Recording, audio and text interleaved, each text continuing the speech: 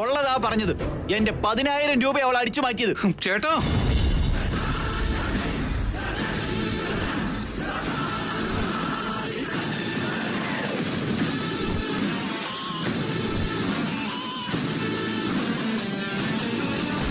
രാധ, സത്യം അറിയാതെ അങ്ങനെയൊന്നും പറയാൻ പാടില്ലടാ. എന്റെ കയ്യിൽ തെളിവുണ്ടച്ചാ. ഇനി എന്ത് സത്യം അറിയണ്ടേ? വലിയ കള്ളിയാവള്.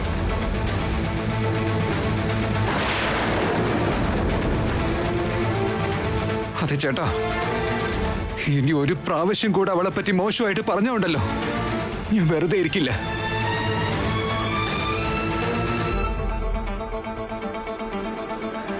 കള്ളിയെ കള്ളി എന്നല്ലാതെ പിന്നെ സാംസ്കാരിക നായിക എന്ന് വിളിക്കണം. ഇനി അനാവശ്യമായിട്ട് അവളെ പറ്റി എന്തെങ്കിലും പറഞ്ഞുണ്ടല്ലോ, ചേട്ടനാണെന്ന് ഞാൻ നോക്കില്ല.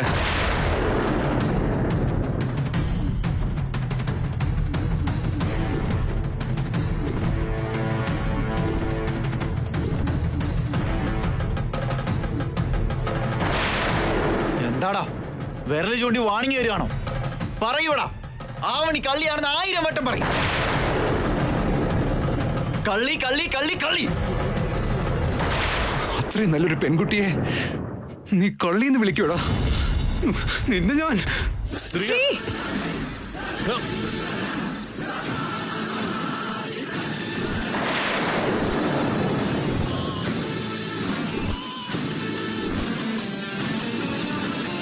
ശ്രീക്ക്, നീ അവരെ വിട്.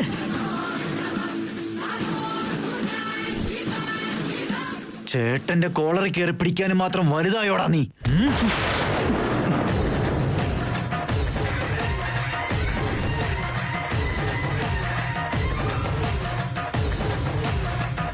ശ്രീകർ, മര്യാദയ്ക്ക് വിടടാ. അവളെ പറ്റി മോശം പറഞ്ഞതിന് സോറി പറഞ്ഞല്ലേ ഞാൻ വിടൂ. കള്ളിയാണെന്ന് തെളിയിക്കുമെന്നല്ലാതെ ഞാൻ സോറി പറയില്ല. ശ്രീകർ, വിടാൻ. നിന്റെ ചേട്ടനത് വിടാനാ പറഞ്ഞേ.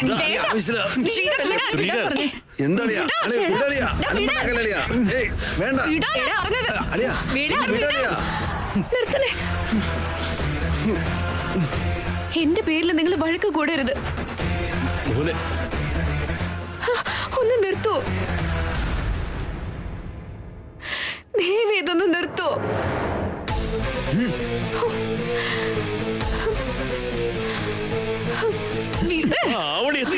എന്താന്ന് ചോദിക്കുക.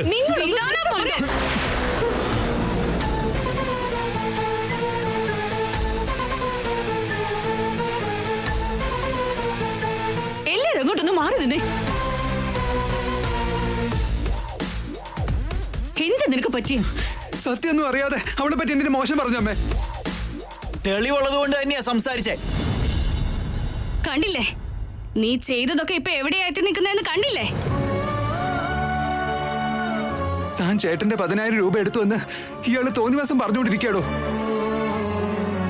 ആ പൈസ നീ എന്താ ചെയ്തെന്ന് പറ. തന്റെ നിരപരാധിത്വം അത് താൻ തെളിയിക്ക് വേഗം. ചേച്ചി, അതൊക്കെ ഞാൻ നോക്കിക്കോളാം. ഇത് പിടിക്കും. മറ്റൊരാളുടെ പണം അനുമതിയില്ലാതെ ഉപയോഗിച്ചപ്പോ തന്നെ അവളുടെ വ്യക്തിത്വം എന്താന്ന് മനസ്സിലായി. ഇനി ഇവരെ കൊണ്ട് ഓരോന്ന് പറയിപ്പിക്കാതെ മറുപടി പറയാവിനി.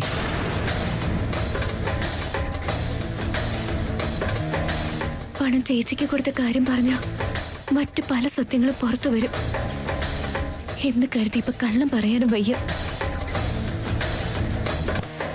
എന്റെ പൈസ നീ എന്താ ചെയ്തേ?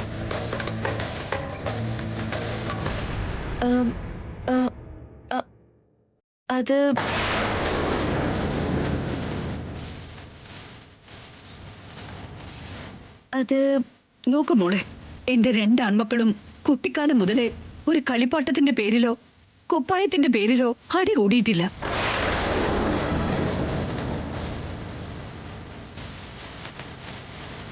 കല്യാണം കഴിഞ്ഞിട്ടും പണത്തിന്റെ പേരിലോ ആസ്തിയുടെ പേരിലോ അടി കൂടിയിട്ടില്ല.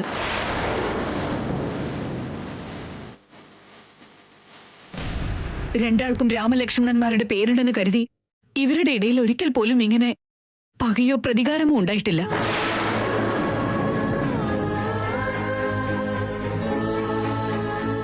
വീട്ടിൽ ചില കാര്യങ്ങളിൽ ചെറിയ ചെറിയ അഭിപ്രായ വ്യത്യാസങ്ങൾ ഉണ്ടാവുമെങ്കിലും ചേട്ടനും അനിയനും തമ്മിൽ ഇതുപോലൊരു സംസാരം ഉണ്ടായിട്ടില്ല.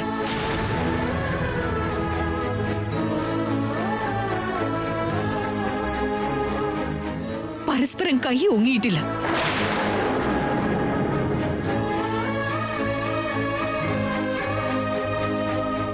ഒരു 10,000 രൂപയുടെ പേരിൽ പരസ്പരം അങ്ങോട്ടും ഇങ്ങോട്ടും തമ്മി തല്ലിയെന്ന് പുറത്താരെങ്കിലും അറിഞ്ഞാ അതിന്റെ ദോഷം ഞങ്ങൾക്കാ.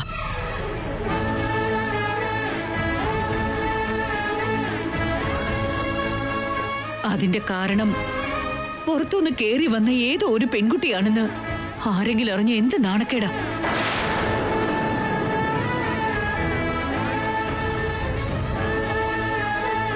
പുറത്തുള്ളവര് എന്തെങ്കിലും ചിന്തിക്കുമെന്ന് കരുതുന്നതിനേക്കാൾ കൂടുതൽ എന്റെ കൺമുമ്പില് എന്റെ 2 മക്കളും ഇങ്ങനെ തമ്മി തല്ലുകൂടുന്നത് ഈ അമ്മയ്ക്ക് കണ്ടു നിൽക്കാനാവില്ല.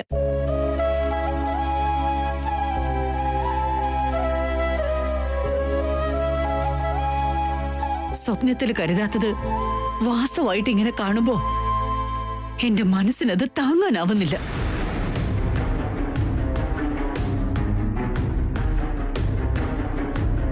₹10,000 തന്ന് നിന്നെ സഹായിക്കാൻ കഴിയാത്ത ഒരു വീടല്ല ഇത്. നീ എന്തിനാ പൈസ എടുത്തതെന്ന് മര്യാദയ്ക്ക് പറ.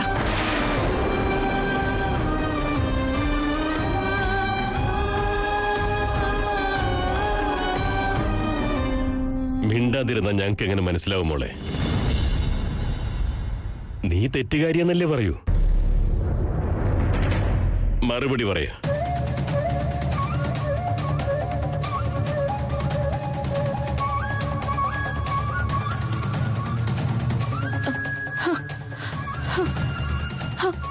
പൈസ ഞാൻ അമ്മയെ ഉപയോഗിച്ചത്.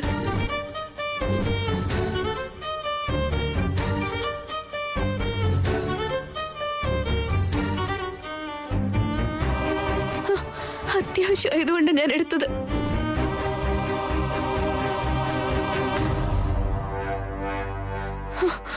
എത്രയും പെട്ടെന്ന് ഞാനത് തിരിച്ചു തന്നേക്കാം.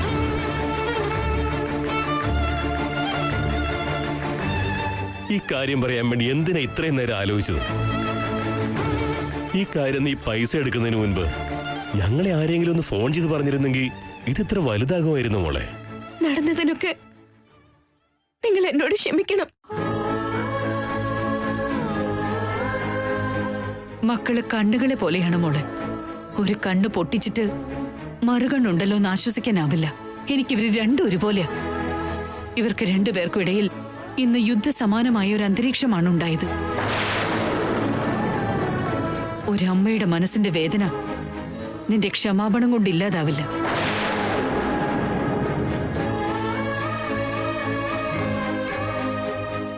ഗ്രാമോത്സവത്തിൽ പറ്റിയ തെറ്റിന് നിന്നോട് ക്ഷമിച്ചതുകൊണ്ടാ നീ ഇന്ന് ഈ വീട്ടിൽ ഇതുപോലെ നിൽക്കുന്നത്.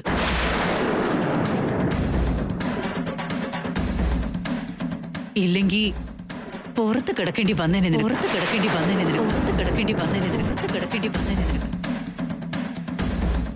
ഇനി നീ കാരണം ഇങ്ങനെ ഒരു അവസ്ഥ ഉണ്ടായേക്കരുത്. കാരണം അവള് പറഞ്ഞില്ലേ അമ്മേ, ഇനിയൊന്നും പറയണ്ട.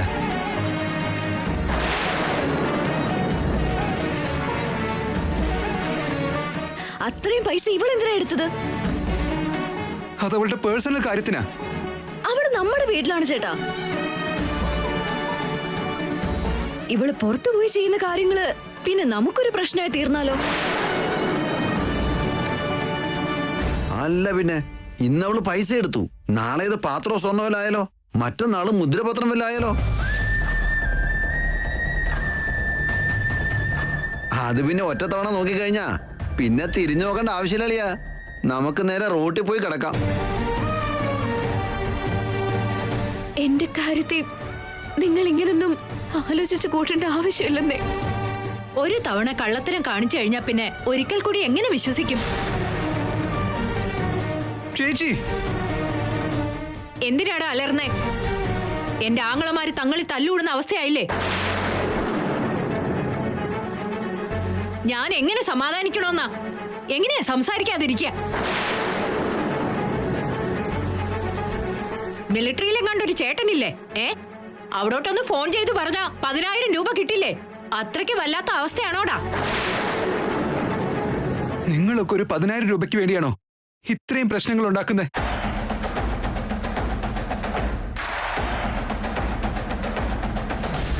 ഇത് 10,000-ത്തിലും കൂടുതലുണ്ട്. എടുത്തോ. എടാ,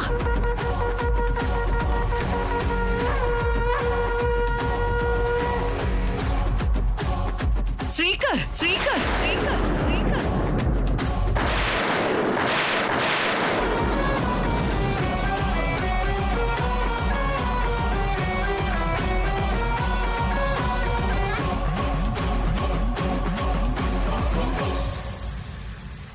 ഇത്ര അഹങ്കാരം നല്ലതല്ലടാ. അതല്ല അമ്മേ, എല്ലാവരും എന്തെല്ലാവരും ഡാ, ചേട്ടന്റെ മുഖത്തേക്ക് പൈസ വലിച്ചെറിയാൻ പാകത്തിന് വലുതായോ നീ? ആദ്യം പൈസ എടുക്ക.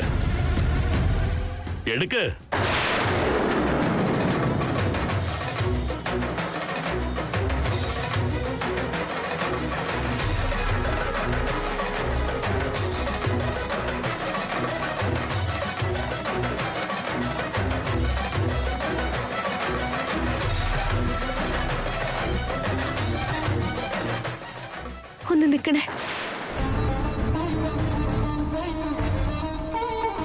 ദയവ് ചെയ്ത് നിങ്ങളത് കൊടുക്കരുത്. ആ പൈസ ഞാൻ തന്നെ കൊടുത്തോളാം.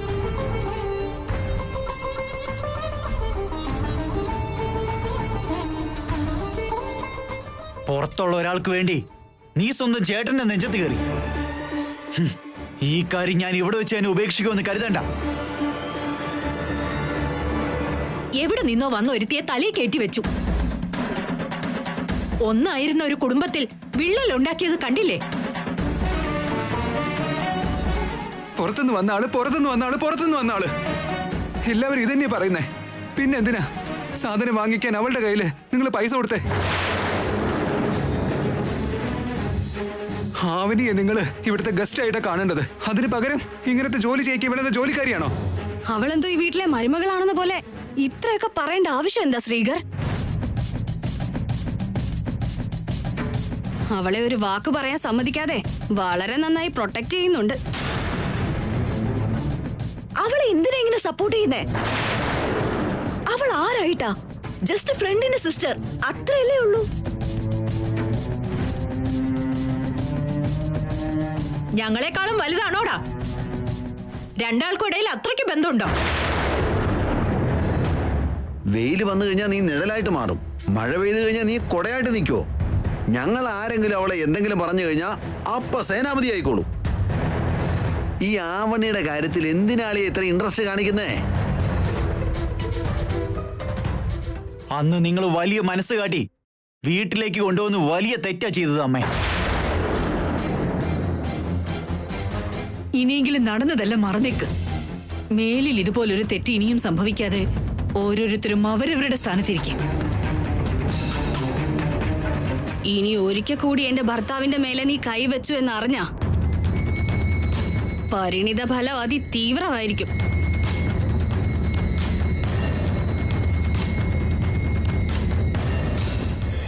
അപ്പൊ ഞാൻ എടുക്കാൻ പോകുന്ന തീരുമാനം സുനാമിയുടെ രൂപത്തിൽ വന്ന് ഈ വീടിനെ മുക്കിക്കളയും.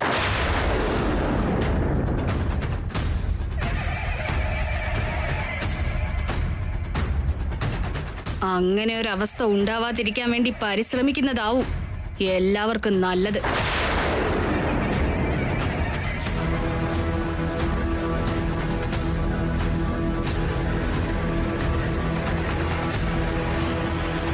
ഒരു ചെറിയ പുഴുവല്ലെന്ന് കരുതി വെറുതെ വിട്ടാ വിളവ് മുഴുവൻ അത് നശിപ്പിച്ചു കളയും.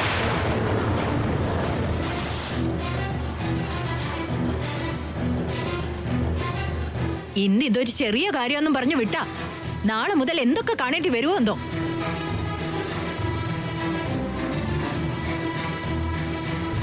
രണ്ടാൾക്കിടയിൽ എന്താ നടക്കുന്നതെന്നും നമ്മൾ അറിയാതെ ഇവിടെ എന്താ സംഭവിക്കുന്നതെന്നും മനസ്സിലാവുന്നില്ല.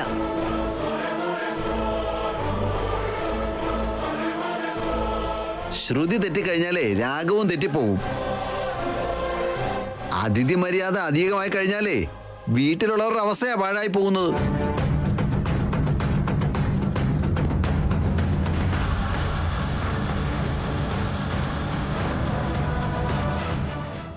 നീ അകത്തേക്ക് പോ മോളെ.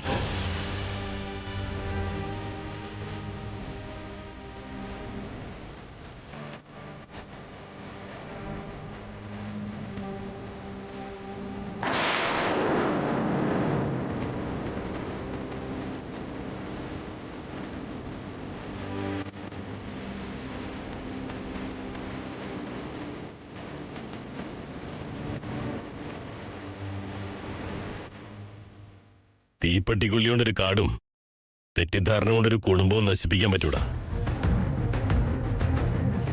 അതിനുള്ള അവസരം കൊടുക്കരുത് ശ്രീകർ. ഇതുവരെ എന്റെ മകന്റെ നേരെ കൈ ഉയർത്തിയിട്ടില്ല. ഈ ദിവസം അങ്ങനെ ഒരു അവസ്ഥ ഇവിടെ ഉണ്ടായി. നടന്നതൊക്കെ ഒരു ദുസ്വപ്നമായിരുന്നെങ്കിൽ എത്ര നന്നായി എന്നെ.